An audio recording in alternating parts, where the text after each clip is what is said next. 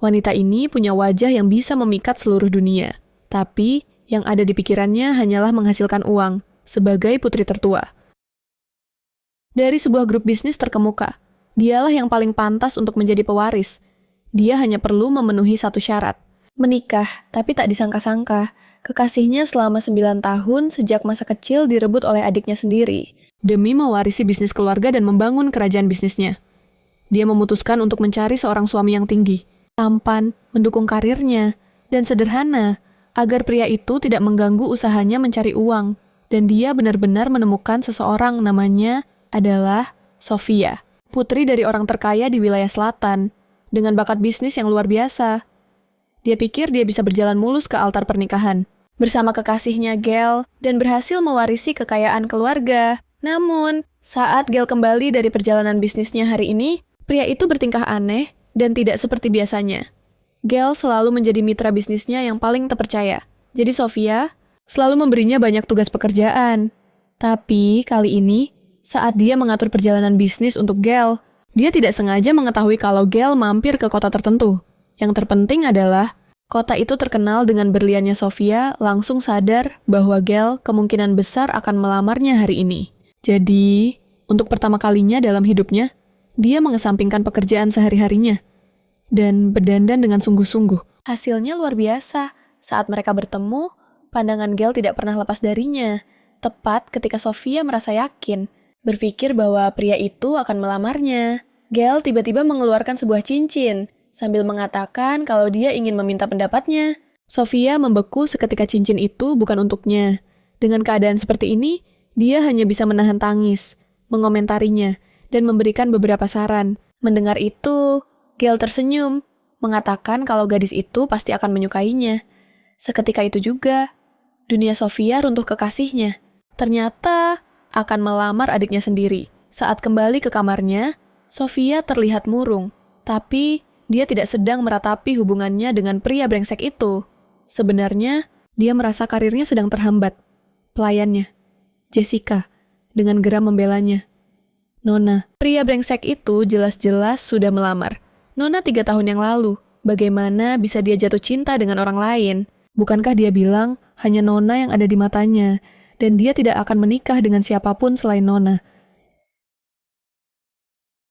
Tapi bagi Sofia, bahkan jika bisa mengulang waktu, dia tetap tidak akan menerima lamaran. Gail, lagi pula 3 tahun yang lalu, dia sedang sibuk mempersiapkan diri untuk memperebutkan hak waris. Jadi dia tidak punya waktu untuk percintaan. Dia ingat saat itu dia menghibur Gail, mengatakan bahwa jika pria itu tulus, dia bisa kembali untuk menyatakan perasaannya 3 tahun lagi. Jika perasaannya tidak berubah sampai saat itu, mereka akan menikah. Tapi Sofia tidak pernah menyangka keadaannya akan menjadi seperti ini, di mana pria itu malah jatuh cinta pada adiknya sendiri. Meskipun dia telah dikhianati oleh adiknya sendiri, Sofia tetap harus memprioritaskan pekerjaannya. Tiba-tiba, seseorang mengetuk pintu. Ternyata itu adalah adiknya, Ella, yang datang untuk mencarinya. Dia mengintip dari balik pintu, terlihat begitu polos dan lugu, dan begitu masuk, dia langsung mengakui kesalahannya dan meminta maaf. Sebelum Sofia sempat bereaksi, Ella tiba-tiba menjadi emosional. Kakak, kau pasti sangat marah. Aku juga tidak menyangka Gail akan menyukaiku. Ini semua salahku, asalkan kakak bisa tenang. Sebelum dia selesai bicara, Sofia memotong dengan dingin. Aku tidak bisa tenang, kau boleh pergi. Lalu dia mengangkat dokumen di tangannya, menandakan kalau dia masih punya pekerjaan yang harus diselesaikan. Dia mau lanjut bicara, tapi Sofia memotongnya lagi. Kita bicara besok saja. Kalau kamu bisa bangun sebelum aku berangkat pagi. Dia jadi cemas. Tapi Sofia mengabaikannya dan langsung bertanya pada Jessica untuk mendengarkannya. Kembali ke kamarnya. Tepat saat Sofia berencana melanjutkan pekerjaannya, dia menyadari jendelanya seperti mengeluarkan berbagai suara aneh. Detik berikutnya, jendela itu terbuka dan seorang pria tiba-tiba muncul. Itu adalah adik tiri laki-lakinya, Caden, yang juga satu-satunya putra di keluarga itu. Saat pertama kali dia bertemu dengannya, anak itu berlumuran darah sambil dipapah oleh kepala pelayan. Dan hal pertama yang dia katakan saat melihatnya adalah, "Tolong jangan bunuh aku. Aku tidak tertarik pada uang atau posisi pewaris." Melihatnya terluka dan lemah, dia merasa kasihan dan menamainya, Caden, Kaden pun tumbuh di bawah perlindungannya dan dia menempatkannya untuk mengurus bisnis rahasia grup perusahaan yang disebut sebagai bisnis rahasia. Sebenarnya, tugasnya adalah untuk membereskan para parasit yang gila uang itu. Kaden datang malam ini untuk melaporkan hasil kerjanya. Sofia harus mengakui kemampuan bisnis adiknya itu memang sangat hebat. Tepat saat dia bersiap untuk melanjutkan membaca dokumen, Kaden tiba-tiba berkata, "Aku dengar Gel jatuh cinta pada orang lain." Sofia tertegun dan sebelum dia sempat menjawab, ekspresi Kaden menjadi gelap. "Apa kau mau aku menyingkirkannya untukmu? Katakan saja, dan aku akan membunuhnya." Dari matanya, Sofia bisa tahu kalau dia serius. Terakhir kali dia melihat Kaden dengan ekspresi seperti itu adalah saat di sebuah pesta, ketika dia sedang dipermalukan di depan umum oleh seorang pria. Setelah itu, dia dengar lengan pria itu menjadi lumpuh. Tapi apakah itu ulah Kaden? Masih menjadi misteri. Lagi pula, Kaden tidak pernah melaporkan hal-hal semacam itu padanya. Jadi, mendengar dia ingin membunuh Gel, Sofia dengan cepat menghentikannya. Tidak perlu, Gel masih berguna. Dan aku tidak memberimu izin untuk membunuhnya. Jadi lakukan saja pekerjaanmu dengan baik. Kaden mendengus dingin. Lalu kenapa kau berpura-pura? Tidak tahu kalau dia itu wanita jahat. Padahal kau jelas-jelas tahu. Mendengar itu, ekspresi Sofia berubah dan nadanya menjadi dingin. Jaga bicaramu, Kaden, tidak berkata apa-apa lagi. Hanya berbalik menatapnya dalam-dalam. Lalu melompat dari ambang jendela dan menghilang di telan malam. Sofia bersandar di ambang jendela dan tenggelam dalam kenangan. Sebenarnya, dia telah bereinkarnasi ke dunia ini. Dan alasan mengapa dia begitu terobsesi mencari uang adalah karena dia takut akan kemiskinan di kehidupan sebelumnya. Dia berhasil masuk ke universitas bergengsi, tapi tidak mampu membayar dan terpaksa putus kuliah. Dia bekerja mati-matian, berpikir kalau dia bisa mengubah nasibnya, hanya untuk melihat pencapaiannya, direbut dengan mudah oleh seorang gadis kaya yang masuk lewat jalur orang dalam. Dia merasa marah, tidak adil, dan geram, lalu menuntut penjelasan. Bukannya mendapat jawaban, dia malah menerima cemoohan dari gadis kaya itu. Ya, kalau kau mau menyalahkan seseorang, salahkan saja orang tuamu sendiri. Malam itu, dia mabuk dan berteriak-teriak di tepi danau. Dia juga ingin merasakan bagaimana rasanya hidup sebagai orang kaya, memperebutkan warisan, dan menghadapi orang lain dengan penuh percaya diri. Tapi, saking bersemangatnya, dia terpeleset dan langsung jatuh ke danau. Ketika dia membuka matanya lagi, dia telah menjadi bayi yang baru lahir awalnya. Dia pikir ini hanya mimpi dan berusaha keras untuk bangun. Tapi saat melihat cincin di tangan ayahnya, dia langsung membeku. Itu adalah cincin yang dia lihat di sebuah novel beberapa hari yang lalu. Dia mengingatnya dengan sangat jelas, karena buku itu menggambarkannya dengan begitu detail sampai sulit untuk dilupakan. Saat itulah, dia akhirnya percaya bahwa dia telah bertransmigrasi ke dalam sebuah novel di mana ayahnya tak lain adalah pria terkaya di wilayah selatan, Count Sergio, kepala keluarga Sergio. Ya, dia akhirnya menjadi orang kaya generasi kedua. Sofia sangat berdedikasi, belajar setidaknya 20 jam sehari, mengikuti kelas tanpa henti. Sampai-sampai pelayannya tidak tahan dan menyuruhnya beristirahat. Sofia tersenyum manis, mengatakan bahwa dia lebih suka belajar daripada apapun. Kehidupan ini mewujudkan mimpi terliarnya di kehidupan sebelumnya. Jadi, memiliki kesempatan langka untuk menjalaninya. Dia harus menghargainya. Dalam kehidupan ini, ibunya meninggal lebih awal dan ayahnya bekerja di luar sepanjang tahun. Jadi, dia sering sendirian di rumah, hal yang membuatnya semakin mencintai kehidupan ini.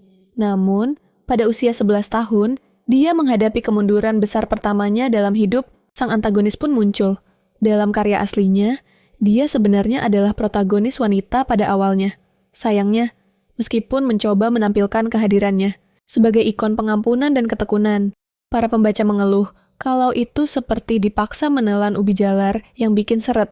Sementara itu, teman si antagonis, Chloe, muncul.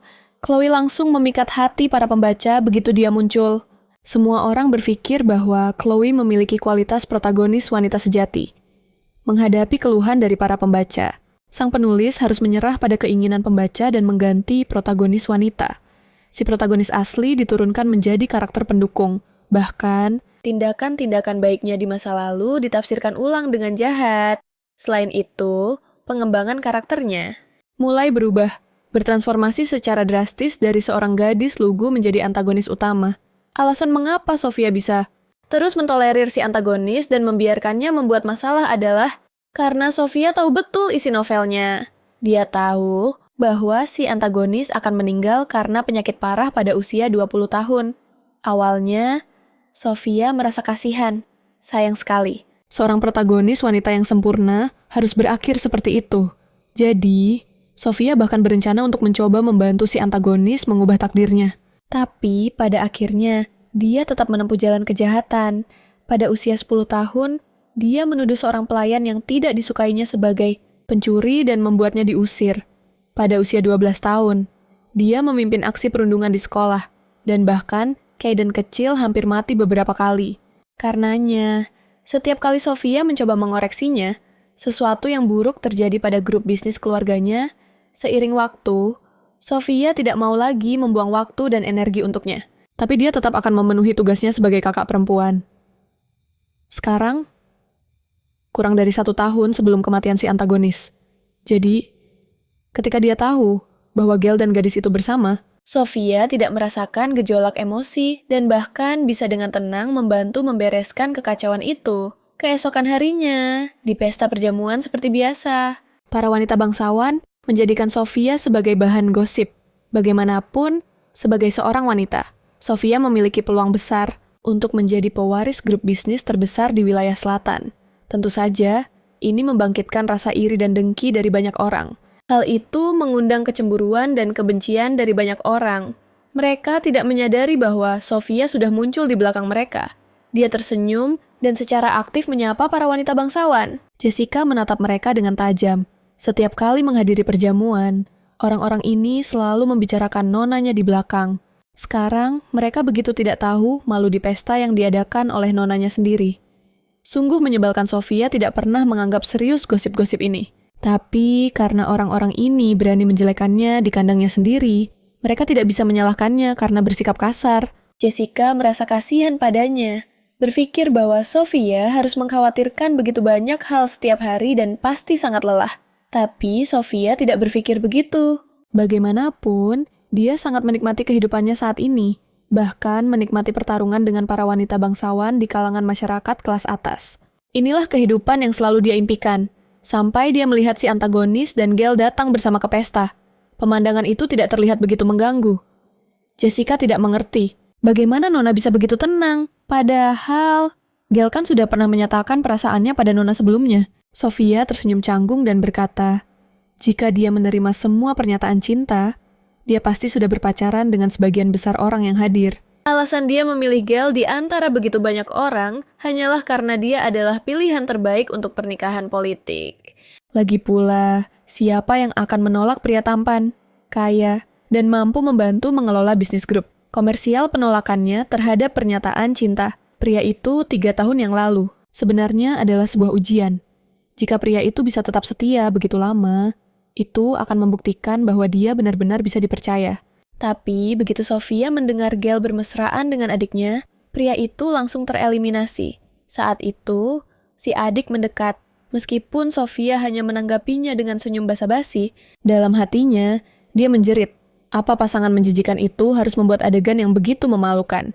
Dia tidak mau menjadi pusat gosip, jadi dia berencana pergi ke balkon untuk mencari udara segar. Tanpa diduga, adiknya mengikutinya dari dekat.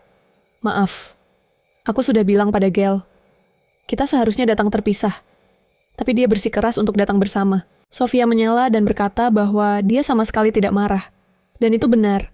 Semua yang terjadi kemarin memang terlalu mendadak. Dia hanya merasa itu konyol. Tapi setelah dipikir-pikir lagi, dia sadar ini belum tentu hal yang buruk. Entah adiknya bersama Gale karena cemburu atau untuk memprovokasinya. Selama adiknya memusatkan perhatian pada Gale, dia tidak akan terus terobsesi dengan pemeran utama pria di buku itu, yang setidaknya bisa mencegahnya melangkah lebih jauh ke jalan kejahatan. Namun, adiknya terus saja meminta maaf. Sofia dengan sabar menghiburnya, mengatakan bahwa dia akan membantu mengatur pernikahan mereka saat ayah mereka kembali. Tapi adiknya menunjukkan ekspresi khawatir, mengatakan dia tidak ingin menimbulkan masalah. Sofia sudah malas bicara lebih banyak dan mengusirnya dengan beberapa komentar basa-basi. Tapi Sofia menyadari para wanita bangsawan yang sebelumnya selalu mengelilinginya. Sekarang semuanya berkumpul di sisi adiknya. Jessica berkata bahwa si adik terlihat khawatir pada Sofia. Sofia hampir tertawa terbahak-bahak. Jika adiknya benar-benar mengkhawatirkannya, dia tidak akan datang ke sini. Lagi pula, perjamuan malam ini mengumpulkan seluruh elit dari wilayah selatan. Dan adiknya, seseorang yang sama sekali buta soal bisnis, tidak akan muncul di sini sambil bergandengan tangan dengan Gale. Jika dia punya sedikit saja rasa peduli, Sofia tiba-tiba termenung. Apa dia bersikap terlalu tenang? Haruskah dia bertindak lebih marah? Bagaimanapun juga, pacarnya direbut oleh adiknya sendiri. Tapi dia benar-benar tidak bisa marah sedikit pun. Jadi, dia mulai berdiskusi dengan Jessica tentang ekspresi apa yang harus dia pasang saat keluar nanti. Tiba-tiba, terdengar suara tawa di samping mereka. Sofia langsung membeku dan mendapati bahwa pendatang baru itu adalah sepupunya, Meyer. Dia selalu sangat tidak senang karena Sofia menjadi pewaris, menganggapnya sebagai musuh yang telah merebut haknya. Meyer bertanya dengan nada sedikit mengejek di suaranya. Jadi, sekarang kau tidak bisa menikah. Mungkin kau tidak tahu kalau hanya orang yang sudah menikah yang memenuhi syarat untuk menjadi pewaris keluarga Sergio. Berita itu menyambar Sofia seperti petir. Dia baru mengetahui aturan terkutuk ini sekarang, sejak lahir hingga saat ini. Dia telah bekerja keras untuk membentuk dirinya menjadi pewaris yang sempurna. Sekarang, dihadapkan pada kemungkinan kehilangannya. Dia benar-benar tidak akan menerima ini. Bahkan sebelum perjamuan berakhir, dia menemui kepala pelayan dan menuntut untuk tahu kenapa. Dia tidak pernah mendengar ayahnya menyebutkan aturan ini. Kepala pelayan memberitahunya bahwa sebagian besar pewaris keluarga Sergio secara tradisional melakukan pernikahan yang diatur, yaitu pernikahan politik selama upacara kedewasaan mereka. Tapi, saat dia menjalani upacara kedewasaannya, dia sedang jatuh cinta pada Tuan Gale. Jadi, sang Count melewatkan saja tahap itu, karena hampir semua orang saat itu mengira Nona Sofia akan menikah dengan Tuan Gale. Tapi tak disangka, Tuan Gale malah berakhir bersama Nona Ella. Kepala pelayan memberitahunya, sang Count mengirim surat beberapa hari yang lalu memerintahkan kita untuk mempersiapkan pernikahanmu. Dia akan kembali. Pernikahanmu dengan Tuan Gale akan dilangsungkan. Hanya dengan begitu statusmu sebagai pewaris bisa dipertahankan. Dan surat itu diserahkan kepadaku oleh Nona Ella. Mendengar itu, Sofia langsung mengerti. Ella pasti sudah membaca surat ayah lebih dulu, lalu mengincar Gale. Dia tidak pernah menyangka akan dikalahkan oleh adik perempuan yang tidak pernah ia anggap serius. Dan Ella jelas tidak hanya ingin merebut pasangan nikahnya. Dia bisa menerima Ella merebut Gale. Tapi dia tidak bisa menerima kehilangan status sahnya sebagai pewaris. Jessica menghiburnya. Nona, mohon tenanglah. Di mata sang Count adalah pewaris yang sebenarnya. Bagaimana mungkin beliau berubah pikiran hanya karena tradisi keluarga belaka? Tapi Sofia tahu ayahnya itu dingin dan kejam. Hanya memikirkan keuntungan. Jika dia tahu Gale direbut oleh Ella, dia hanya akan berkata, "Aku tidak menyangka Ella lebih mampu dari yang kubayangkan." Ayahnya tidak pernah terikat oleh moral dan tradisi. Dia membesarkannya sebagai pewaris, bukan karena dia adalah putri sah tertua, melainkan karena kemampuan dan pencapaiannya yang luar biasa. Maka ayahnya pasti akan berpikir bahwa dia tidak kompeten. Karena itu, ELA bisa merebut pasangan nikahnya, tapi dia sama sekali tidak akan menyerah begitu saja. Jadi, dia akan mencari pasangan nikah lain, asalkan dia menemukan seorang pria sebelum ayahnya kembali, yang lebih tinggi, lebih kaya, lebih tampan dan lebih mampu dari Gale, dan sebaiknya yang berwibawa. Dan dia akan punya semua alasan untuk mengatakan pada ayahnya bahwa dia meninggalkan Gale demi seseorang yang lebih baik. Tapi saat dia mendaftar semua syaratnya, dia merasa putus asa, di mana dia bisa menemukan orang seperti itu. Jessica bercanda bahwa pria-pria sehebat itu mungkin hanya ada sebagai ksatria suci di katedral. Komentar itu langsung membuat Sofia mendapat ide cemerlang.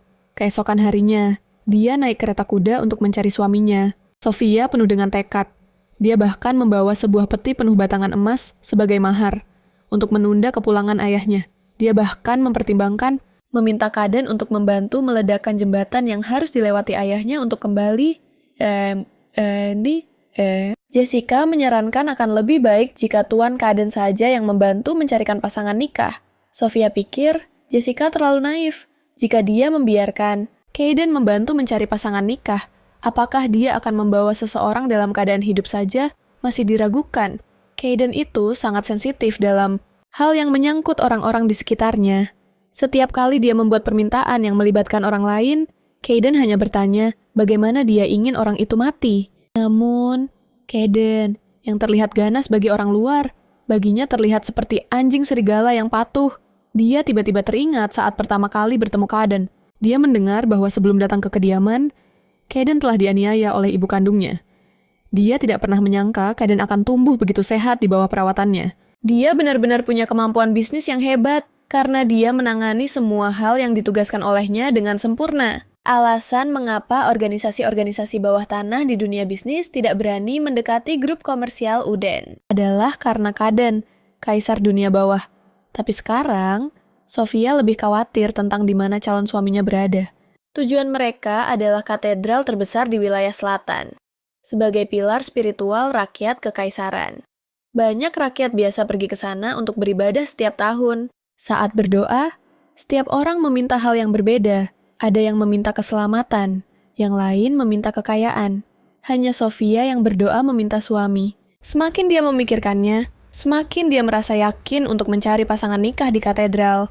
Lagi pula, seseorang yang mau berlatih di katedral, yang latar belakang keluarga, identitas, kekuatan, dan potensinya diselidiki secara menyeluruh. Hanya mereka yang memenuhi semua persyaratan ini yang bisa menjadi ksatria suci. Selain itu, ksatria suci pada dasarnya adalah orang suci, jadi mereka mungkin tidak memiliki hasrat duniawi. Pasangan seperti itu akan sempurna. Tak lama kemudian, kereta kuda tiba di pintu masuk katedral. Kusir bertanya pada Sofia, apakah dia ingin masuk sekarang? Dia menyuruh kusir untuk menunggu beberapa detik. Lalu dia membuka peti dan mulai mengobrak-abriknya. Jessica menjadi ketakutan dan bertanya, apakah dia berniat menyuap penjaga pintu? Tentu saja tidak. Kali ini, dia di sini bukan untuk memberi uang, tapi untuk menagihnya. Sesuai aturan katedral, mereka dihentikan di aula utama begitu masuk. Saat mereka bilang ingin bertemu Uskup Agung, penjaga pintu langsung menolak. Katanya, tidak ada yang bisa bertemu Uskup Agung tanpa janji temu. Jadi, Sofia harus maju untuk bernegosiasi sendiri. Tepat saat mereka menemui jalan buntu, Wakil Uskup Agung muncul. Sofia tersenyum lebar, mengatakan dia di sana bukan mewakili sang kaun, tapi berkunjung sebagai pewaris grup dagang Udin. Ekspresi Wakil Uskup Agung berubah mendengarnya. Ini bukan pertanda baik. Dia harus menyingkirkannya dengan cepat. Namun, Sofia sudah mulai berjalan-jalan. Ini sangat indah di sini. Pasti nyaman sekali tinggal di sini. Wakil Uskup Agung bergegas menyusulnya, sambil berkata, bahkan untuk tinggal di katedral pun harus mengikuti aturan. Ini benar-benar masuk ke dalam perangkapnya. Dia bilang, grup dagang Udin punya aturan serupa. Dalam kondisi apapun, kami tidak memberikan bantuan gratis kepada orang asing tanpa alasan. Kecuali untuk para pendeta dari katedral. Dia menunjukkan dua faktur. Yang menunjukkan catatan para pendeta katedral yang menginap di hotel milik grup dagang Udin. Sofia tersenyum manis, sambil berkata, meskipun grup dagang mereka telah merugi cukup besar, mereka dengan tulus memperlakukan tamu dari jauh seperti keluarga. Wakil Uskup Agung jelas-jelas gelisah. Terus terang, Sofia bisa memikirkan cara ini berkat ayahnya. Saat dia bertanya kenapa ayahnya menawarkan penginapan hotel gratis untuk para pendeta, ayahnya hanya bilang bahwa kau akan menuai apa yang kau tanam. Aku tidak akan mengganggu lama-lama. Dan akan segera pergi setelah berbicara dengan Uskup Agung. Wakil Uskup Agung terlihat sangat khawatir. Sofia berpura-pura sangat terkejut. Pakaian yang Anda kenakan ini sepertinya terbuat dari kain, yang disediakan oleh grup dagang kami. Sangat cocok dengan Anda. Tak mampu menahan serangannya. Wakil Uskup Agung terhuyung-huyung dan memegang pilar di dekatnya. Detik berikutnya, suara Sofia terdengar lagi. Pilar yang sedang Anda sandari itu juga disumbangkan oleh keluarga kami. Kebetulan sekali patung ini. Aku pribadi yang memilih warna batu itu benar-benar kalah. Wakil Uskup Agung hanya bisa memberitahunya. Uskup Agung tidak ada di sini sekarang. Jadi Anda tidak akan bisa menemuinya, meskipun Anda pergi ke sana. Dan Sofia melanjutkan, seolah tidak mendengar apa yang dia katakan. Tulisan di atas patung itu, dipesan secara pribadi olehku, meskipun melebur 1 ton emas sekaligus telah mengganggu operasional. Normal grup dagang, tapi aku tetap sangat tersentuh oleh kata-kata itu. Selama kau melihat dengan matamu sendiri, kau pasti akan menemukan jawabannya. Tak mampu menahan gempurannya. Wakil Uskup Agung hanya bisa mengulangi dengan tegas. Uskup Agung tidak ada di sini. melihat bahwa tujuannya tercapai. Sofia menjawab, tidak apa-apa bertemu orang lain. Wakil Uskup Agung ingin menangis, tapi hanya bisa menyerah dan mengingatkannya. Untuk tidak memberitahu siapapun apa yang dia lihat atau dengar di dalam. Sofia langsung setuju. Bagaimanapun, setelah bertahun-tahun di dunia bisnis, sosok yang menakutkan sekali. Dia tidak menemukan Uskup Agung Adi di sana. Jadi dia diberitahu kalau dia baru boleh masuk setelah mendengarkan lebih dari 50 aturan. Sofia langsung lemas mendengarnya, dan buru-buru memberi isyarat pada Jessica untuk mengalihkan perhatiannya. Sementara dia sendiri berbalik dan menyelinap pergi. Tepat saat dia sampai di depan pintu. Pintu kayu itu terbuka dengan sendirinya. Sofia terheran-heran. Apa orang ini punya kekuatan suci? Keren sekali. Tapi setelah masuk, dia benar-benar terpana. Karena di dalam sangat gelap gulita. Dan dia tidak bisa melihat apa-apa. Sofia hanya bisa memperkenalkan diri dalam kegelapan. Sebuah suara pria yang berat terdengar dari kegelapan. Tidak perlu terlalu formal. Dia membeku mendengarnya. Berpikir kalau suara itu terdengar sangat mudah. Suara pria itu terdengar lagi, menanyakan apa yang sebenarnya dia inginkan dengan datang ke sini. Sofia berpikir sejenak. Rasanya tidak sopan kalau langsung bilang ingin mencari pasangan nikah. Sebelum dia sempat menjawab, pria itu bertanya lagi, apa kau mau kekuasaan atau uang? Ayolah, dia itu pewaris dari grup bisnis terkemuka. Di wilayah selatan, mana mungkin dia kekurangan hal-hal seperti itu? Lalu, apa kau mau jadi lebih cantik? Sofia tertawa pelan. Kurasa aku tidak perlu jadi lebih cantik. Begitu dia selesai bicara, tirai terbuka dan cahaya menyilaukan masuk. Sofia merasa seakan-akan menjadi buta. Sosok samar muncul di depan matanya. Coba kulihat, kau memang tidak perlu jadi lebih cantik. Saat tatapan Sofia bertemu dengannya, dia merasa akan pingsan. Ya Tuhan, apa dewa benar-benar ada di katedral? Dia tampan sekali, melihat Sofia menatap lekat. Pria itu berpikir, apa cahaya mataharinya terlalu terik? Sofia cepat-cepat melambaikan tangan. Bilang, bukan begitu. Sambil berteriak dalam hati, itu karena kau yang terlalu bersinar. Sekarang, dia harus mencari tahu dulu siapa pria ini. Lalu, dia mengamati dan sadar. Ada tempat untuk menggantung pedang di pinggangnya. Jadi, dia bukan pendeta, tapi seorang ksatria suci. Meskipun ksatria suci punya kekuatan suci yang kuat, para pendeta lah yang biasanya mengelola katedral, memegang semua posisi penting. Kecuali satu orang, yaitu Komandan Ordo Ksatria Suci. Semakin lama Sofia menatapnya, semakin puas hatinya. Jadi, dia mulai memancing informasi lebih banyak dan mengetahui kalau Ksatria Suci tampan ini usianya pas 6 tahun lebih tua. Masih lajang dan yang terpenting, dia tidak suka rambut pirang Sofia. Benar-benar terpikat. Nikah, nikah, nikah sekarang juga. Tapi, Adrian merespon seperti balok kayu, mengatakan kalau dia punya pertanyaan penting. Sebaiknya menunggu Uskup Agung. Katanya Uskup Agung akan kembali dalam 2 minggu. Sofia jelas tidak setuju. Tidak, itu kelamaan. Kau bisa membantuku lebih baik daripada Uskup Agung. Adrian bingung dan bertanya apa yang sebenarnya dia inginkan dengan datang ke katedral. Tadi Sofia khawatir bagaimana cara memulai pembicaraan. Tapi sekaranglah saatnya. Jadi, dia langsung menembak. Aku ingin kau jadi suamiku. Adrian membeku di tempat terdiam untuk waktu yang lama. Akhirnya sepertinya bisa mencerna ini. Dia bertanya pada Sofia, jadi kau melamar seseorang yang baru pertama kali kau temui? Sofia mengangguk. Tapi Adrian sangat terkejut. Karena mereka bahkan belum saling kenal. Sofia tersenyum. Bagaimana bisa kau bilang kita tidak saling kenal? Meskipun ini pertemuan pertama kita. Aku sudah memahamimu sepenuhnya. Lalu, dia memberikan deduksi akurat tentang semua yang dia amati setelah bertemu dengannya. Yang membuat Adrian terpana dan tidak bisa berkata-kata. Sofia bilang, kalau itu tidak cukup, mereka bisa saling mengenal secara bertahap. Adrian menatap serius wanita di hadapannya. Meskipun dia tidak tahu kenapa wanita ini melakukan ini. Ada satu hal yang dia yakini, bahwa dia sangat cerdas, tapi tidak tulus padanya. Sofia menghela napas dan menjelaskan niat serta alasannya. Ketika Adrian mengetahui bahwa pacarnya direbut oleh saudara perempuannya, dia bertanya, apakah saudara perempuannya itu berambut pirang? Sofia tidak menyangka dia begitu jeli. Lalu mengatakan kalau dia tidak menyalahkan dirinya sama sekali, karena dia tidak punya perasaan sungguhan pada mantan pacarnya. Lagi pula, dia biasanya sangat sibuk dengan urusan kelompok dagang, sehingga tidak punya waktu untuk romansa. Jadi, dia hanya ingin menikah dengan seseorang yang juga sama-sama. tidak punya ekspektasi pada cinta. Tapi Adrian tidak mengerti kenapa dia memilihnya. Sebenarnya, alasannya sederhana, yaitu karena dia merasa Adrian adalah tipe orang yang sama sepertinya. Dia tidak bisa membayangkan bagaimana mata yang dingin itu menatap seseorang dengan lembut. Adrian masih tidak mengerti hal ini, dengan kondisinya yang luar biasa. Banyak orang pasti sudah mengantre untuk menikahinya. Jadi, kenapa dia harus memilihnya? Sofia tidak menyangka kalau dia lebih keras kepala dari yang dibayangkan. Jadi dia hanya bisa menggunakan kartu andalannya. Dia berjanji pada Adrian bahwa jika mereka bisa menikah, dia akan melakukan segala cara untuk memasukkannya ke istana kekaisaran.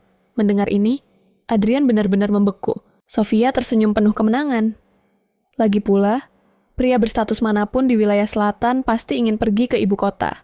Terutama pria yang begitu hebat, dia pasti tidak akan puas hanya tinggal di sini selamanya. Tapi di luar dugaan, Adrian menolaknya dengan tegas. Lalu dia berdiri untuk mengantarnya ke pintu keluar. Aku mengerti apa yang kau katakan. Kurasa aku sudah memenuhi tugasku sebagai tuan rumah. Kau boleh pergi. Sofia memintanya untuk mempertimbangkan lagi. Dia langsung bilang, tidak perlu. Aku tidak pernah mengubah keputusan yang sudah kuambil. Sofia terdiam selama beberapa detik. Lalu langsung berdiri, mengatakan bahwa dia mengerti maksudnya. Setelah berkata begitu, dia berbalik dan langsung pergi. Sekarang giliran Adrian yang tertegun. Dia tidak menyangka dia akan pergi semudah itu. Dia sebenarnya tidak tertarik dengan tawarannya. Tapi sejujurnya, dia sendiri tidak tahu apa yang benar-benar dia inginkan. Tiba-tiba Sofia berhenti di pintu. Lalu berbalik dengan semangat. Bagaimana kalau aku menghias seluruh jalan dengan emas? Karena memakai bunga terlalu klise. Detik berikutnya, dia diusir tanpa ampun. Dan Jessica dengan cepat maju untuk menyambutnya. Dan Sofia tampaknya sudah siap untuk menyerah. Tepat saat, dia berbalik untuk pergi. Adrian memanggilnya kembali, mengatakan bahwa dia akan mengirim ksatria untuk mengawal mereka melewati katedral. Karena monster muncul saat bulan terbit. Kali ini giliran Sofia yang menolak. Dia berkata padanya untuk tidak melakukan hal-hal yang bisa menimbulkan kesalahpahaman. Setelah itu, dia menarik Jessica menjauh dari katedral. Jessica mengira nonanya akan pulang setelah ditolak, tapi Sofia sama sekali tidak berniat menyerah, karena dia masih punya rencana B. Sementara itu, Adrian yang hendak pergi, bertemu dengan pendeta agung yang sedang lewat. Yang diikuti oleh 2 orang, Adrian membeku saat melihat penampilan kedua orang itu. Lalu dia mendekati sang pendeta agung, dan bertanya siapa 2 orang yang menemaninya. Sang pendeta agung tersenyum, dan menjelaskan bahwa kedua gadis muda ini ada di sini untuk menjadi sukarelawan di katedral. Lalu menyuruh mereka untuk menyapa Adrian. Gadis yang di depan maju mendekati Adrian. Rambut hitamnya sudah mengungkapkan identitasnya. Sofia melepas topinya. Mata merah mudanya bersinar jenaka. Senang bertemu dengan Anda. Kapten, nama saya Ruth. Ya, dia kembali untuk mencoba cara yang tulus. Sofia tidak secara khusus membutuhkan Adrian. Dia juga tidak jatuh cinta pada pandangan pertama. Pria itu hanya kebetulan memenuhi persyaratannya. Karena telah ditolak, dia memutuskan untuk berganti target. Apalagi waktunya sudah hampir habis. Dan katedral ini punya banyak pria yang memenuhi persyaratannya. Dia harus menemukan calon suami yang sempurna sebelum kembali ke rumah. Jessica khawatir dengan serikat dagang. Nona, semua orang pasti sedang menunggu kepulangan Anda. Sofia tersenyum manis. Biarkan saja mereka menunggu. Lagi pula, tidak ada yang lebih penting daripada menemukan calon suami untuknya sekarang. Selain itu, dia sudah mengurus urusan bisnis triwulan ini. Jika ada sesuatu yang mendesak, dia bisa langsung menanganinya. Lagi pula, dia cukup bisa diandalkan dalam pekerjaan. Namun, ini memang pertama kalinya. Dia mengesampingkan pekerjaan serikat dagang. Tapi, daripada mengkhawatirkan 2 hal sekaligus, lebih baik menyelesaikan satu masalah sepenuhnya dan menemukan suami untuk mengamankan posisi kepala keluarga. Itulah yang terpenting saat ini. Jika berhasil mewarisi posisi kepala keluarga, bahkan jika dia meninggal dalam waktu kurang dari 1 tahun, tapi setelah dia mengambil alih kekuasaan, dia akan dipandang sebagai penggantinya. Jadi dia benar-benar tidak bisa menyerahkan serikat dagang itu. Yang menentukan nasib hidupnya kepada wanita licik itu, apa yang menjadi miliknya harus tetap menjadi miliknya. Dari awal sampai akhir. Terlebih lagi, dengan pengalaman bertahun-tahun di dunia bisnis, kemampuannya untuk membaca orang sudah sangat hebat. Dia bisa merasakan bahwa Adrian sebenarnya sedikit goyah dan memihaknya. Namun, ada lebih banyak masalah dari yang dia bayangkan. Seorang pendeta wanita bernama Rebecca, yang berada di sisi pendeta agung wanita, terus-menerus menatapnya dengan tidak senang. Sejak dia datang sebagai sukarelawan, hampir semua orang di katedral mengenalinya sebagai putri sulung keluarga Sergio, dan ini membuat Rebecca sangat tidak senang. Bagaimana bisa seorang pedagang yang hanya memikirkan keuntungan tinggal di katedral suci? Terlebih lagi, dia mendengar bahwa Sofia telah bertemu dengan Kapten Adrian sebelum menemui pendeta agung wanita. Jadi, dia yakin kalau Sofia pasti punya motif tersembunyi. Namun, pendeta agung wanita memilih untuk menerima Sofia, karena menurutnya, bahkan orang yang paling duniawi yang kembali ke pelukan katedral adalah sesuatu yang berharga. Sementara itu, Jessica mengkhawatirkan situasi nonanya, karena Rebecca tampaknya sangat memusuhi mereka. Sofia sama sekali tidak peduli. Dia mengerti Rebecca, dan jika dia berada di posisi Rebecca, dia pasti akan mengikat orang-orang seperti mereka yang menyusup ke katedral dan memberikannya sebagai pakan elang. Lagi pula, Rebecca masih memberi mereka makanan. Pada saat ini, terdengar suara dari dekat. Itu adalah para ksatria suci yang sedang latihan pagi. Baik Sofia maupun Rebecca memperhatikannya dengan saksama. Lalu, seorang ksatria berambut merah muncul di samping mereka, mengaku sebagai wakil Kapten Oda. Oda mendengar bahwa putri dari keluarga terkaya di wilayah selatan, Sofia, datang menjadi sukarelawan di katedral dan dia datang untuk ikut meramaikan suasana. Melihat wakil kapten yang terlalu bersemangat itu, pikiran Sofia mulai berputar cepat. Jelas sekali, kepribadian. Oda sama sekali tidak cocok dengan kekhidmatan katedral. Tapi posisinya sebagai wakil kapten berarti dia memiliki gengsi dan juga kemampuan. Karena DIA bisa tinggal di sini selama 1 minggu. Bagaimanapun juga, tidak ada salahnya untuk mencari tahu tentangnya. Jadi, dia mulai menyelidiki. Anda sangat bersemangat. Orang-orang di sekitar Anda pasti sangat menyukai Anda. Bukan? Oda tampak sedikit malu, lalu membenarkan bahwa memang begitulah keadaannya. Sama sekali tidak sadar bahwa para ksatria tidak jauh di belakangnya sedang menatapnya dengan tatapan kosong. Oda dengan semangat mengajak Sofia untuk bekerja di Ordo Ksatria. Ini persis seperti yang dia inginkan. Tetapi di luar, dia masih berpura-pura mempertimbangkannya. Oda dengan cepat menjelaskan bahwa para relawan yang ditugaskan ke Ordo Ksatria biasanya melakukan pencatatan inventaris ikai di tempat-tempat seperti perpustakaan atau gudang senjata. Jadi, itu tidak terlalu melelahkan. Sofia pikir itu benar-benar sempurna. Dia membayangkan saat dia tidak bisa meraih buku di rak yang tinggi. Seorang pria tampan tiba-tiba mengulurkan tangan dari belakang untuk membantunya. Atau saat dia tidak bisa mengingat nama-nama senjata, pria itu akan tertawa dan membantunya menuliskannya. Pada saat itu, sebuah suara menginterupsi mereka. Kau kelihatannya santai sekali. Adi dengan cepat menjelaskan. Dia hanya datang untuk menyapa relawan baru. Sofia juga menyapa Adrian dengan sopan. Tiba-tiba, Adi menyadari tatapan Kapten Adrian ke arah Sofia. Seperti seseorang yang melihat anak kucing yang menghalangi jalan. Dia tidak bisa mengambil dan membuangnya, tetapi juga tidak bisa menghunuskan pedang padanya. Penemuan ini sangat membangkitkan minatnya, dan dia bertanya dengan antusias, "Kapten, ada apa? Kenapa Anda menatap Nona Sofia seperti itu? Apa kalian saling kenal?" Pikirannya yang tersembunyi terbongkar. Wajah Adrian menjadi muram, dan dia segera menyuruh Adi pergi berlatih.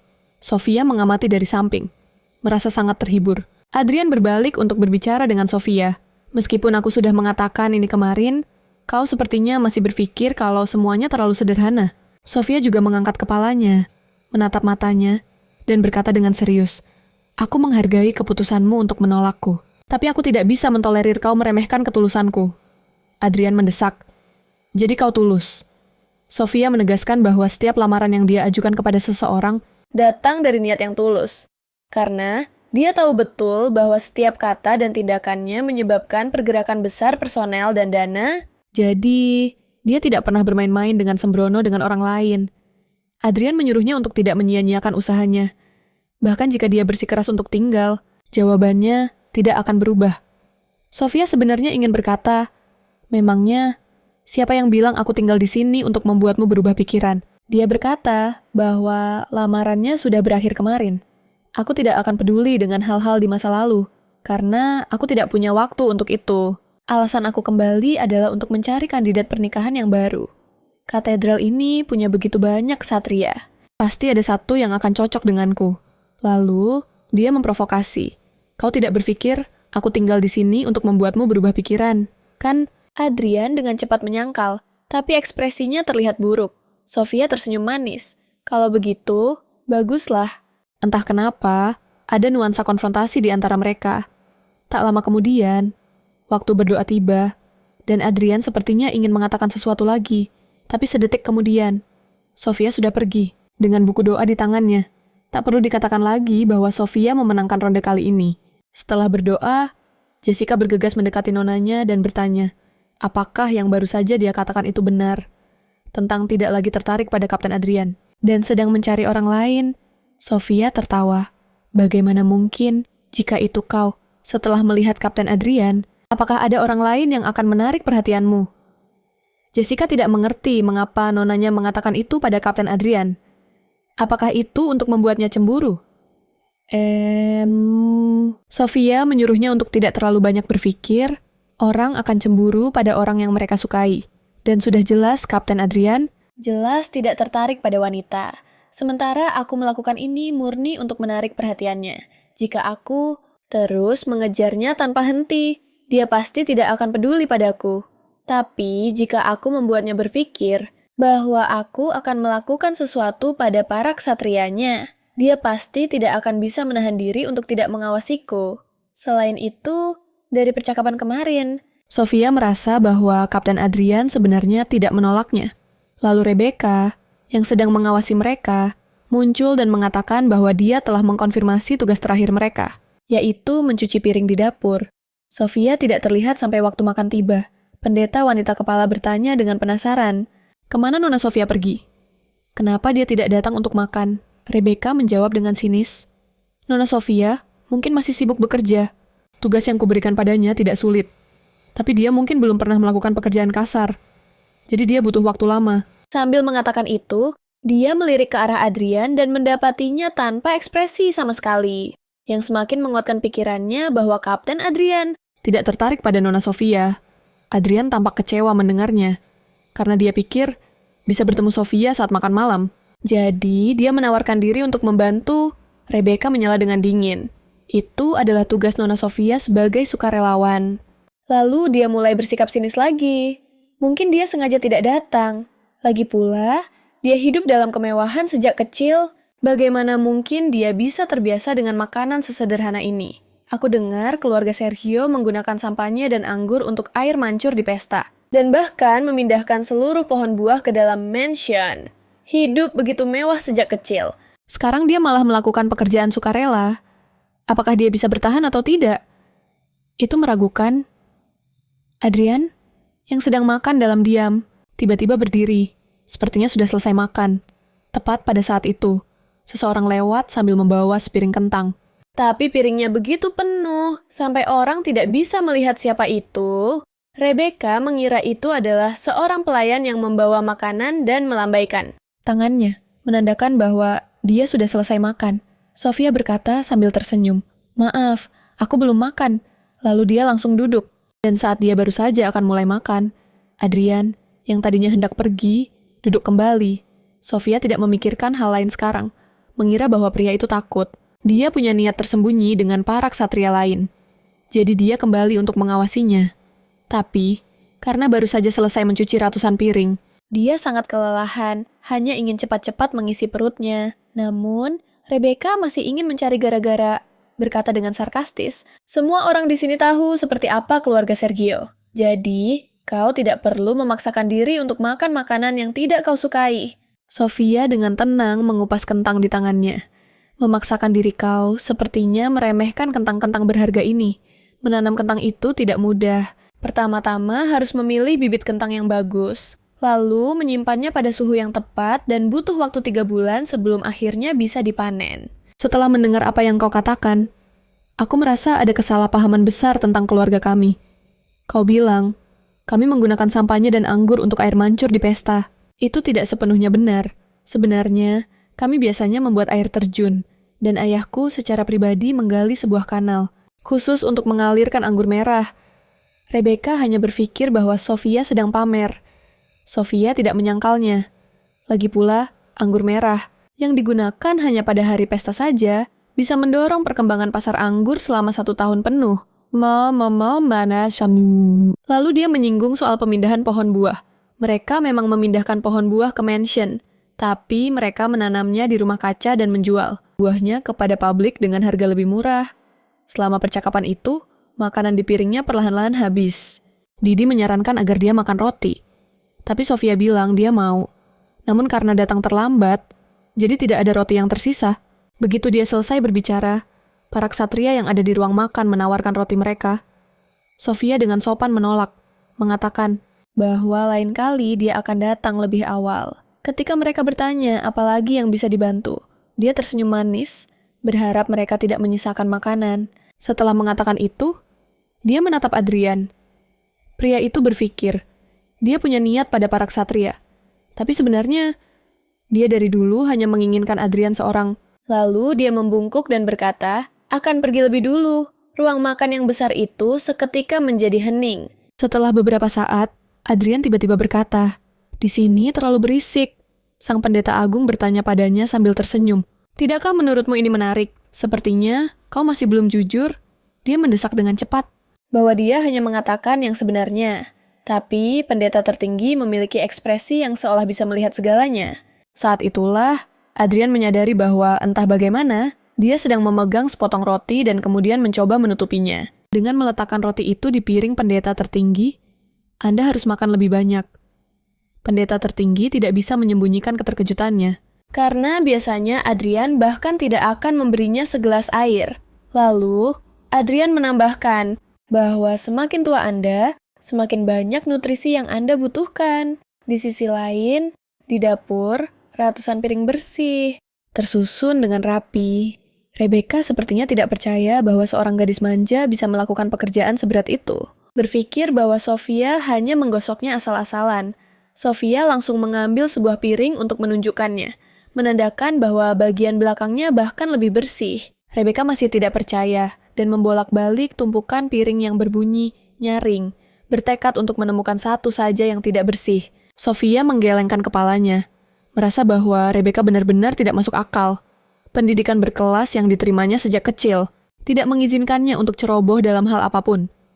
Jadi hari ini, bahkan jika Rebecca memecahkan piring saat memeriksanya, dia tidak akan menemukan alasan untuk mengusir Sofia. Sofia dengan hati-hati menyarankan, kita harus membuat lemari penyimpanan untuk diletakkan di atas jendela. Dan sikat piringnya sudah sangat tua. Itu tidak hanya merepotkan, tetapi juga tidak efisien. Rebecca tampak tidak senang dan berbalik, meneriakkan ketidakpuasannya. Apa aku bertanya padamu tentang itu? Sofia menyadari bahwa terus berdebat hanya akan merugikan dirinya sendiri. Selain itu, saat dia dan Rebecca berselisih di ruang makan, pendeta tertinggi hanya mengamati dari samping. Yang berarti inilah wewenang yang diberikan pendeta tertinggi kepada Rebecca. Pendeta tertinggi membuat Rebecca mengawasinya dengan ketat, baik untuk meredakan ketidakpuasan biarawati lain maupun untuk mengujinya. Saat Sofia bersiap untuk pergi, Rebecca langsung menghentikannya, lalu tersenyum lebar. Bukankah kau bilang ingin mengganti sikat piring Sofia? Langsung menyesal.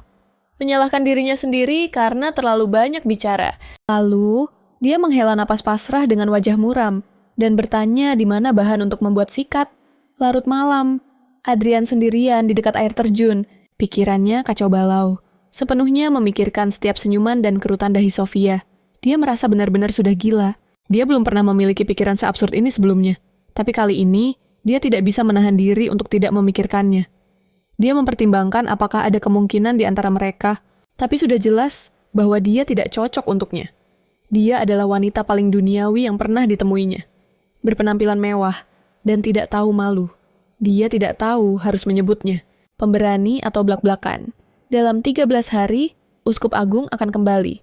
Jadi, dia hanya perlu bertahan sampai saat itu. Saat itu juga, terdengar suara dari dekat. Sofia muncul dari semak-semak, mengumpat sambil membawa setumpuk dahan. Aku benar-benar tidak tahan lagi dengan ini. Lebih baik aku membenturkan kepalaku dan mati saja. Kapan semua ini akan berakhir? Tepat saat dia sedang mengumpat dan mengeluh, dia tiba-tiba menyadari ada Adrian di dekatnya, yang hampir membuatnya takut setengah mati. Dia tidak mengerti mengapa Adrian ada di sini selarut ini. Adrian terdiam dan mengatakan bahwa dialah yang seharusnya menanyakan pertanyaan itu. Sofia menjelaskan bahwa dia datang untuk mengambil dahan untuk membuat sikat. Setelah berbicara, dia menyadari bahwa Adrian basah kuyup dan terlihat sedikit berantakan. Dia tiba-tiba merasa harus berterima kasih kepada Rebecca dengan benar. Jika tidak, dia tidak akan memiliki kesempatan untuk bertemu Adrian di sini. Memikirkan hal itu, dia dengan panik menjelaskan bahwa dia sama sekali tidak mengikutinya dengan sengaja, ataupun merencanakan pertemuan ini. Dia benar-benar hanya disuruh bekerja. Sambil berbicara, dia menunjukkan ranting-ranting di tangannya. Adrian mengerutkan kening dan bertanya kemana pelayannya pergi. Sofia mengatakan bahwa Jessica sudah menyelesaikan tugas-tugasnya. Setelah berbicara, dia menyadari Adrian sedang menatapnya lekat-lekat. Tepat saat dia berpikir, ada sesuatu di wajahnya. Dia mendengar pertanyaan dinginnya, "Apa kau tahu tempat apa ini?" Sofia membeku, dan kemudian mendengar Adrian menghela napas berat. "Seharusnya aku memberitahumu bahwa ada monster di sini." Sofia dengan cepat mengatakan dia tahu, tetapi merasa bahwa seburuk apapun sifat Rebecca, dia tidak akan membawanya ke tempat yang ada monster. Selain itu, ini menyangkut tujuan hidupnya. Jadi, bahkan jika Rebecca menyuruhnya untuk menebang pohon dan membawanya kembali, atau bahkan memindahkan gunung, dia tidak akan ragu sedetik pun. Sambil berbicara, Sofia berbalik sambil tersenyum. "Apa kau pikir aku tidak bisa?" Adrian tahu, dia benar-benar bisa. Meskipun dia tidak begitu memahaminya, dia yakin bahwa Sofia tidak akan lari, tidak peduli apapun yang diminta darinya. Jika dia ingin masuk Ordo Malam, semangatnya saja sudah cukup untuk membuatnya memenuhi syarat. Tetapi yang dia inginkan adalah kontrak pernikahan dengannya. Setelah itu, mereka kembali bersama. Sofia memberitahu Adrian bahwa meskipun dia tidak bisa menjadi pewaris, dia bisa hidup dengan baik, tetapi bawahannya harus mengembara di jalanan bersama keluarga mereka. Jadi, dia merasa apa yang dilakukannya benar-benar didasari oleh rasa tanggung jawab, menyadari hari sudah mulai sore. Dia akhirnya teringat pekerjaan di tangannya, hanya untuk mendapati tangannya kosong. Keranjang ranting itu telah berpindah ke tangan Adrian. Adrian berkata tanpa ekspresi, "Ayo, pergi bersama." Sofia semakin tidak mengerti dirinya. Jika pria lain yang melakukan ini, dia pasti akan berpikir, pria itu jatuh ke dalam perangkapnya. Dia mengikutinya dengan ragu-ragu, sambil memprotes bahwa dia seharusnya tidak melakukan hal-hal yang mudah membuatnya salah paham. Adrian tetap menjawab tanpa ekspresi, "Jika aku menyuruhmu untuk tidak salah paham, apa kau benar-benar tidak akan salah paham?" Dia menjawab dengan santai bahwa tidak juga. Tetapi setelah tersadar, dia dengan cepat berkata, "Tentu saja." Pada saat ini, dia tiba-tiba menyadari pria itu melengkungkan bibirnya, sepertinya tersenyum. Tetapi saat dia menyadarinya, Adrian sudah jauh di depan, dan dia mempercepat langkahnya untuk menyusulnya. Akhirnya, kembali ke katedral. Sofia terengah-engah kelelahan. Di perjalanan, dia terus berusaha melihat ekspresi wajah pria itu dengan jelas. Tetapi pria itu tidak pernah membiarkannya menyusul. Setiap kali dia hampir menyusulnya, pria itu akan mempercepat langkahnya, dan ketika jarak di antara mereka bertambah, dia akan berhenti diam-diam dan menunggunya, yang hampir membuatnya gila. Adrian menyerahkan keranjang itu padanya. Tatapannya kembali seperti biasa, seolah menjauhkan orang asing. Sofia sekarang tahu bahwa dia pasti salah lihat. Sudah untung dia tidak meninggalkannya di gunung. Adrian mengingatkannya untuk lebih berhati-hati di masa depan. Meskipun tidak terjadi apa-apa hari ini, monster bisa muncul kapan saja. Sofia menirunya. "Kau juga, hati-hati." Adrian bertanya dengan bingung. Apakah dia mengkhawatirkannya? Sofia tersenyum licik, mengatakan bahwa dia tidak sedang membicarakan monster, tetapi dirinya sendiri. "Apa kau tidak berpikir monster lebih berbahaya dariku?" Begitu. Lalu, dia dengan cepat mengatakan bahwa dia hanya bercanda dengannya. "Kau tidak perlu khawatir. Aku tahu, kau tidak tertarik padaku. Jadi, aku tidak akan mengganggumu." Setelah mengatakan itu, dia pergi sambil membawa keranjang ranting, meninggalkan Adrian yang berdiri sendirian. Setelah beberapa hari, Sofia sekarang sangat terampil dalam pekerjaannya, dan bisa menangani semua tugas yang diberikan Rebecca kepadanya dengan mudah.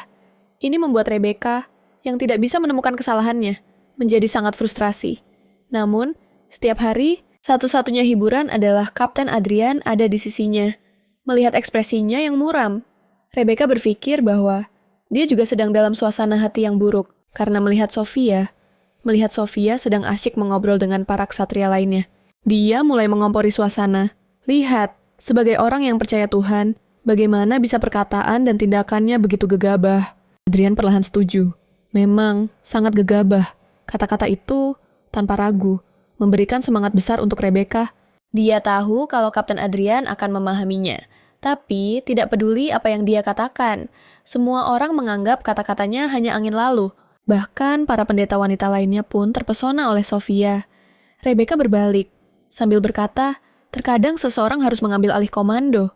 Kemudian, dia bertanya pada Adrian, bagaimana cara menangani ini? Adrian menjadi serius dan berkata, kirim orang-orang itu ke sel isolasi. Rebecca langsung berpikir itu sedikit berlebihan. Lagi pula, Nona Sofia dan Jessica hanyalah gadis biasa. Padahal, dia tidak tahu kalau yang Adrian maksud adalah para ksatrianya. Begitu menyadarinya, Adrian terdiam sejenak, kehabisan kata-kata. Setelah hening cukup lama, dia bergumam pelan. Ini benar-benar tidak pantas. Rebecca mengira Adrian sedang membicarakan Sofia dan langsung setuju. Benar, ini memang sangat tidak pantas. Kemudian, dia mengatakan kalau Sofia pasti punya seseorang yang diam-diam membantunya untuk bertahan selama ini. Kalau tidak, ini tidak masuk akal. Lalu, dia menyarankan untuk mencari seseorang untuk mengawasi Sofia. Dan kandidat terbaik saat ini adalah ksatria wanita Milka. Adrian langsung menolak, lalu dengan serius menyatakan bahwa Milka terlalu peragu untuk mengawasi orang lain. Dengan tenang, Rebecca menyarankan wakil kapten, bahkan sebelum dia selesai bicara, usulnya sudah ditolak. Adrian menatap kerumunan yang ramai. Pada rambut merah yang sangat mencolok itu, dia terlihat mampu mengawasi seseorang. Kini, akhirnya, Adrian memutuskan untuk mengawasi Sofia secara pribadi. Di sisi lain, Sofia menerima sepucuk surat dari Gail. Gail mengatakan bahwa ayah mereka akan menunda kepulangannya karena insiden runtuhnya jembatan. Sofia menghela napas lega yang sangat besar setelah membaca itu. Kemudian, Gail juga menyebutkan bahwa dia sangat mengkhawatirkan Sofia. Mengira Sofia pergi ke katedral karena menderita pukulan batin yang sangat berat. Sofia membaca ini sambil menggertakkan giginya. Dia tahu ini adalah cara adiknya mengujinya. Dia sudah bisa membayangkan adiknya itu menyeka air mata sambil menghasut orang lain. Berpura-pura hidupnya hanya tersisa beberapa hari. Adiknya itu masih saja berpikir untuk mengganggunya setiap hari. Sofia merasa adiknya ini menyedihkan sekaligus menyebalkan. Sofia teringat, kalau awalnya dia khawatir, adiknya itu akan merugikan keluarga. Jadi, dia tidak mengirimnya ke ibu kota, melainkan menahannya di rumah. Mungkin karena adiknya tidak punya tempat untuk melampiaskan energi jahatnya, sehingga terus mengarahkannya pada dirinya. Tapi menyebutnya orang yang jahatnya tidak bisa diperbaiki lagi itu berlebihan. Lagi pula, hal-hal buruk yang dilakukannya hanyalah hal sepele. Tapi, secara umum, dia tetaplah seorang karakter antagonis. Sofia tidak boleh lengah sedikit pun, selama dia tidak ada. Siapa yang tahu cara apa yang akan digunakan adiknya itu untuk menyusup ke serikat dagang? Tiba-tiba, raut wajah Jessica berubah saat melihat catatan tambahan di akhir surat.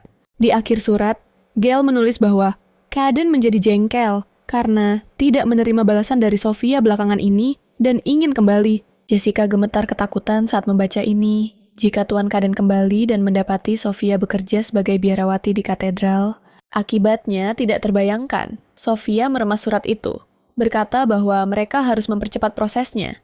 Jessica mengatakan pada nonanya untuk tidak terpaku pada satu orang saja. Ksatria-ksatria lain juga hebat. Siapapun yang nona pilih, mereka pasti akan langsung setuju. Tapi Sofia bersikeras bahwa itu harus Adrian. Jessica tidak mengerti sejak kapan nonanya jatuh cinta begitu dalam. Lagi pula, bukankah beberapa hari yang lalu nonanya mengatakan hal yang berbeda? Dan dia pikir, nonanya bukanlah orang yang hanya memandang penampilan saja. Sofia tersenyum licik. Tentu saja tidak. Itu bukan satu-satunya hal yang dia perhatikan, meskipun dia belum lama mengenal Adrian. Dia bisa menyadari bahwa kehidupan, filosofi, dan nilai-nilai mereka sangat berbeda. Adrian adalah seorang bangsawan yang sopan dan tahu batasannya. Meskipun sifat-sifat berkelas itu tidak berarti apa-apa baginya, tapi yang terpenting adalah pria itu menghormatinya. Pada malam mereka kembali bersama ke katedral. Adrian mendengarkan ceritanya dengan sungguh-sungguh, tapi tidak memandangnya dengan superioritas. Dia juga tidak memberinya perlakuan khusus, karena Sofia dari keluarga Sergio. Yang terpenting, matanya berbentuk bulan sabit malam itu, seolah-olah tersenyum. Meskipun mungkin saja, Dia salah lihat. Bisa mengobrol senyaman ini dengan pasangan kawin kontrak sudah merupakan hal yang langka. Terlebih lagi, selama berinteraksi dengan para ksatria akhir-akhir ini, dia semakin sadar kalau tidak ada pria yang lebih baik dari Adrian. Keesokan harinya, Rebecca berkata dengan senyum lebar bahwa Sofia tidak perlu lagi berada di dapur. Dia bisa pergi kemanapun dia mau. Sofia diam-diam merasa senang mendengarnya. Bertanya-tanya, apakah dia akhirnya bisa bekerja dengan ordo malam. Setibanya di tujuan, dia akhirnya mengerti mengapa Rebecca tersenyum begitu gembira. Ternyata, dia harus mengurus sekelompok anak dalam masa pelatihan. Saat melihat wanita cantik itu, anak-anak itu langsung mengerumuninya Milka. Bahkan harus datang dan berteriak untuk menyuruh mereka kembali berlatih. Sofia bertanya, apakah Kapten Adrian yang mengatur agar dirinya ditempatkan di sana? Milka pun kehabisan kata-kata membahas hal ini. Eyuna lihat omna. Awalnya mereka berencana menugaskan Nona Sofia ke gudang senjata. Tapi Adrian menolaknya, dengan alasan terlalu banyak kesatria yang keluar masuk tempat itu. Sehingga pasti akan berisik. Setelah itu, mereka memutuskan mengirim Nona Sofia ke perpustakaan. Tapi itu juga ditolaknya. Pada akhirnya, Sofia ditugaskan di sini. Milka mengatakan padanya, ada pendeta dan biarawati lain yang membantu. Jadi dia hanya perlu mengurus satu anak yang sedang mengayunkan pedang secara membabi buta di lapangan terbuka. Setelah mengatakan itu, Milka terlihat sedikit malu dan buru-buru menambahkan, anak itu sudah mengambil kelas filsafat dan akan segera tenang. Mendengar hal itu, Sofia merasa lega. Setidaknya, itu berarti kemungkinan besar nyawanya tidak akan terancam. Setelah menjelaskan tugasnya, Milka pun pergi. Kini, di padang rumput yang luas itu hanya tersisa Sofia dan seorang anak bernama Nero. Melihat, Sofia mendekat.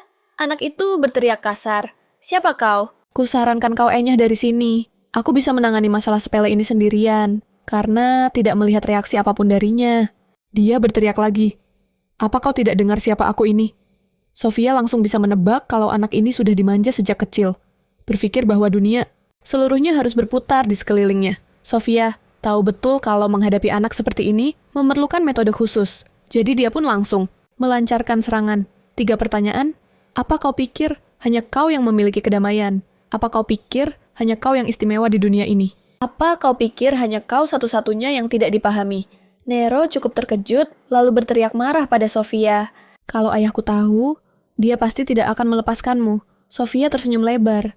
Kalau ayahku yang tahu, dia mungkin juga tidak akan melepaskanmu. Melihatnya berteriak marah, Sofia memutuskan untuk terlebih dahulu membantunya menghentikan kebiasaan buruknya. Berbicara kasar, kalau ayahmu begitu menyayangimu, kenapa dia mengirimmu kemari? Lalu Sofia berkata dengan misterius, ini adalah akademi pelatihan tempat kau bisa mati kapan saja. Seperti yang diduga, Nero langsung ketakutan. Dia terdiam kaku, tapi masih dengan keras kepala menolak. Mengatakan, tidak akan percaya pada omong kosongnya. Sofia dengan tenang menuntunnya. Bukankah sudah ada tanda-tandanya sebelumnya? Orang tuamu mengirimmu ke sini. Seperti ibumu yang menangis sambil memelukmu. Ayahmu yang minum sendirian dini hari atau menghela napas setiap kali melihatmu. Melihat ekspresi terkejutnya, dia tahu, tebakannya benar. Dia terus menakut-nakutinya. Bahkan jika sesuatu terjadi padamu di sini, tidak akan ada yang tahu siapa pelakunya. Nero sangat ketakutan dan menunjuk Sofia, sambil berteriak, kamu mau mencelakaiku, orang dewasa, macam apa kamu ini? Sofia berpura-pura terlihat galak, karena kamu tahu aku orang dewasa. Jangan menunjuk-nunjukku, atau akan kupatahkan jarimu saat itu juga. Nero mundur ketakutan. Sofia tahu gertakannya berhasil. Meskipun metodenya sedikit berlebihan, tapi Nero sudah sangat mengerti kekuatan latar belakang keluarga. Jadi, seseorang perlu memberinya pelajaran sebelum dia.